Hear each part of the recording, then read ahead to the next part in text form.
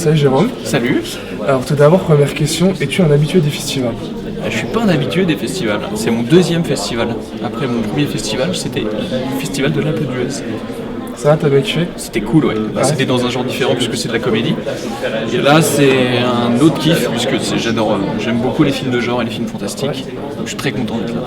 Donc voilà, qu'est-ce que tu peux nous dire sur tes premières impressions sur le festival? Qu'est-ce que t'en as pensé quand t'es arrivé? Pas trop cool déjà, enneigé, donc ça met dans l'ambiance. Ah, c'est sûr. Brumeux, enneigé, c'est parfait.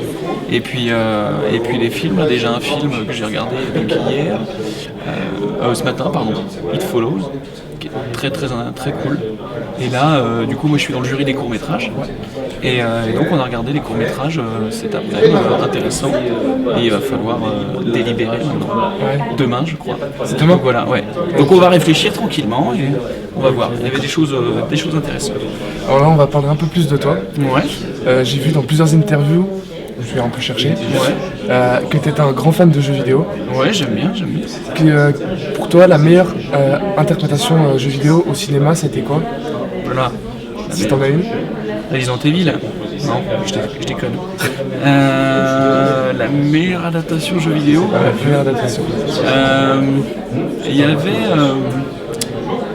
Qu'est-ce que je pourrais te dire? Attends, merde. Silent Hill, c'était pas mal. J'avais trouvé ça intéressant. Même si j'étais pas un gros joueur du jeu, je l'avais trouvé quand même cool.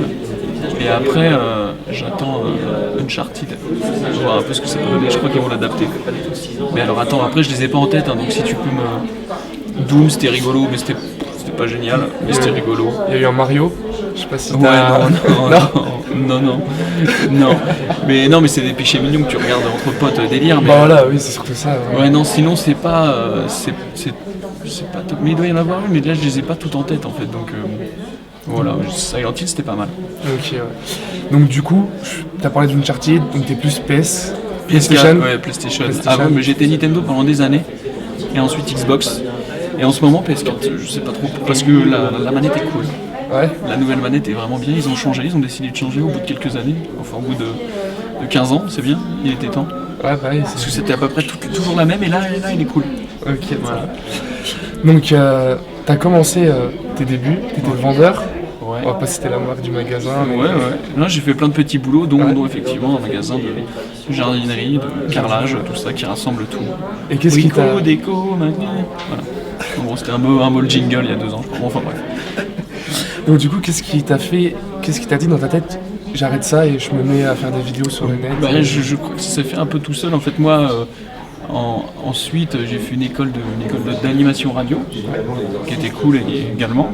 Et puis derrière, ça s'est un peu enchaîné, quoi. Même si je continuais quand même les petits boulots à droite à gauche, et j'ai commencé à faire des vidéos sur Internet, comme ça, via une petite annonce de casting, un truc assez amateur. Et j'ai découvert l'image et je me suis dit, vas-y, on va essayer de continuer à produire de briques et de broc. Et voilà, et puis ça a marché. Parce que le nom de Alex Malier-Werner revient souvent. Axel. Oui. Axel Malier-Werner. Oui. Qu'est-ce que tu peux nous dire sur le duo que tu as fait et qui est toujours d'actualité. Oui, voilà. Je l'ai rencontré justement à l'époque où j'ai commencé à faire ça, et lui aussi, lui de son côté, il travaillait à la banque. Moi, je faisais mes jobs tout pourris. Tout pourri, non, tout sympa, on s'est bien marré, remarque. Voilà, on s'est rencontrés, ça a bien matché, donc c'est vraiment en discutant comme ça, on a dit vas-y, on continue, et voilà. Ça s'est fait tout seul, quoi, vraiment. C'était au début un peu pour voir ce que ça pouvait donner, et puis très vite on kiffait, donc on s'est dit faudrait quand même que ça marche, un de ces quatre, ce serait bien. On a fait en sorte que ça marche, et ça s'est passé. Après, c'est un alignement des planètes, de chance, de travail, etc. C'est du travail. Ouais. Voilà. Et donc on t'a connu sur la Femme Géo. Donc tu fais des vidéos pour MTV. Exactement. Et qu'est-ce qui t'a permis de... comment l'idée vous est venue d'MTV? Ouais, sur MTV. C'est eux qui nous ont proposé en fait. Ouais, ils nous ont proposé de parler de clips, de faire des blagues sur des clips. Comme à l'époque, c'est ce qu'on faisait un peu avec des émissions de télé.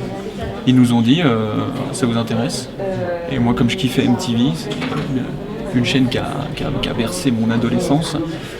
Du coup, je me suis dit, ouais, bon, go, ça me plaît. Donc on a fait ça 1 an.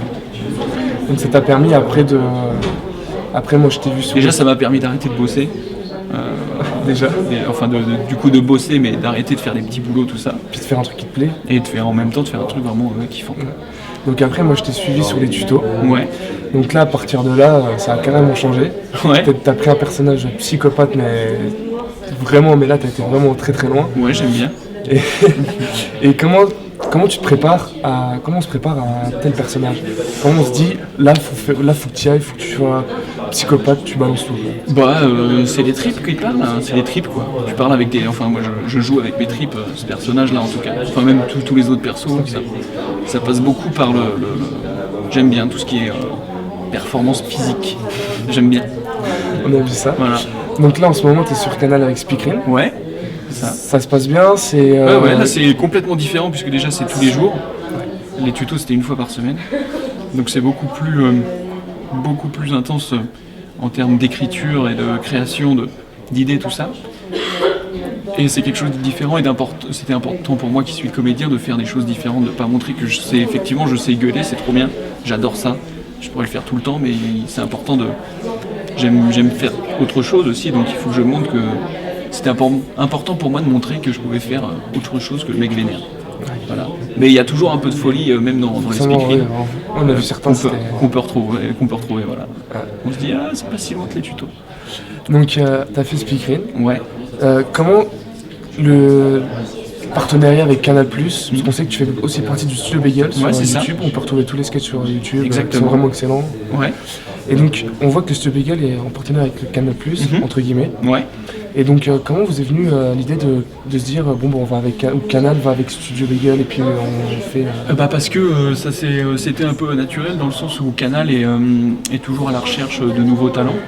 Et on était une bande à émerger comme ça du Studio Bagel, puisque le Studio Bagel a commencé, enfin avant qu'on s'associe avec Canal, on a passé 1 an que sur Internet, uniquement sur Internet. Donc voilà, c'était un truc intéressant de forcément pour eux comme pour nous, quoi. Voilà, c'est échange de bons procédés, ils recherchent des talents, nous on recherche d'autres équipes avec qui travailler, et voilà, c'est bien comme ça. Alors je sais que je vais peut-être poser une question assez énervante, parce que je l'ai vu sous le cinéma. De quoi sous le cinéma? La suite. Est-ce que tu veux être tourné dans un film? Est-ce que tu as des projets d'un cinéma? J'aimerais bien, si tu as un projet pour moi, ouais. Écoute, là j'ai un réalisateur, Maury, je sais pas si t'as entendu parler. Ouais. C'est sympa. Ouais. Et apparemment, on m'a dit qu'il était cool. Bon, très bien. Non, mais bien sûr, ouais. Toujours moi j'ai toujours envie de jouer, de faire des projets différents, donc le cinéma, j'espère, inchallah, je touche du bois, en fera partie. Voilà.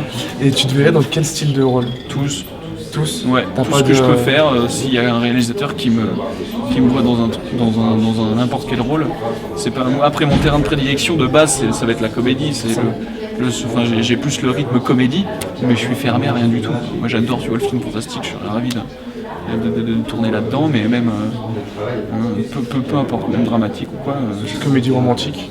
Petite comédie romantique, je demande qu'à découvrir, qu'à apprendre, quoi. Tu veux dans la limite des stocks disponibles de ce que je peux apporter, quoi. Parce que si ça se trouve, je peux carrément mal me démerder dans un truc, genre, enfin Corinne, le cinéma français, enfin, non, tu vois, un truc de rupture, je sais pas. Mais bon, moi je suis ouvert à tout. Donc alors, pour toi, désolé, c'était un peu... Non, mais t'as le droit de prendre tes notes, c'est normal. Pour toi, le web, est-ce que c'est vraiment une passerelle pour être plus tard acteur ou même...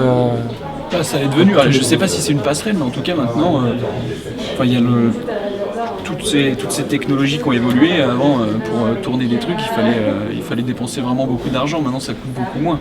Si tu économises un peu, tu peux t'acheter un appareil photo qui filme ou une caméra pas très cher. Les logiciels du montage, si t'es un mec très sympa, tu l'achètes. Si t'es un mec normal, tu le télécharges illégalement. Et voilà, tu fais tes propres trucs. Donc bien sûr, avant tu pouvais montrer ça quasiment à personne, et maintenant tout le monde peut te voir. Donc c'est quasiment devenu déjà un médium à part entière, parce que maintenant, en fait, on peut vivre de toute façon de projets que sur Internet. Et puis, ouais, ça m'a amené vers d'autres horizons. Moi, ça m'a amené sur la télé. Et peut-être que la télé m'amènera sur le ciné. On verra. C'est ce que tu voulais faire à la base, la télé, ou t'es vraiment branché Non, ciné? moi je m'en fous en fait. Je veux jouer. Ouais, c'est juste Ouais, le ouais. plaisir de jouer. C'est le plaisir de jeu. Après, si ça m'amène sur d'autres trucs, c'est toujours passionnant. Tu rencontres des gens différents, des équipes différentes.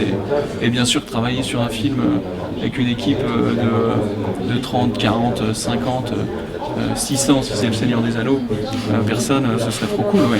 Mais voilà, ouais, on verra. On verra bien. En reparlant du studio Vegas, il y a un sketch que t'as fait, pas réalisé, mais que t'étais dans, c'est déjà vu. Ouais. J'ai trouvé ce sketch super intéressant. Déjà, C'est un court métrage. Oui, court métrage, pardon. Non mais bon, c'était quelque chose d'assez nouveau pour nous. Ça a fait 6 jours de tournage. J'ai exactement vu les coulisses et ça a été fatigant. Ouais, on a chié des ronds de chapeau. Ah ouais. Ouais. Mais c'était trop cool. Ouais, je pense Mais bien. c'était des très grosses journées. Les équipes étaient énormes. Personne ne râlait, c'était dur. Et c'était vraiment top. Vraiment top. Et ma dernière question, est-ce que tu aurais un message pour les jeunes qui voudraient se lancer, mais qui n'ont pas vraiment d'idées, ou enfin, qui ont un peu peur de se lancer? Ah mais c'est surtout la peur de se lancer, puisque finalement on se dit est-ce que c'est bien, est-ce que c'est pas bien. Déjà on fait, et après on voit si c'est de la crotte et on s'en fout. Tout le monde fait de la crotte. Et personne ne sort des chefs-d'œuvre comme ça. Ça peut pas arriver comme ça. Même enfin pas pour 2-3 personnes à la limite, mais sinon faut aller au charbon. Il n'y a pas d'autre. Je pense qu'il n'y a pas d'autre solution, quoi.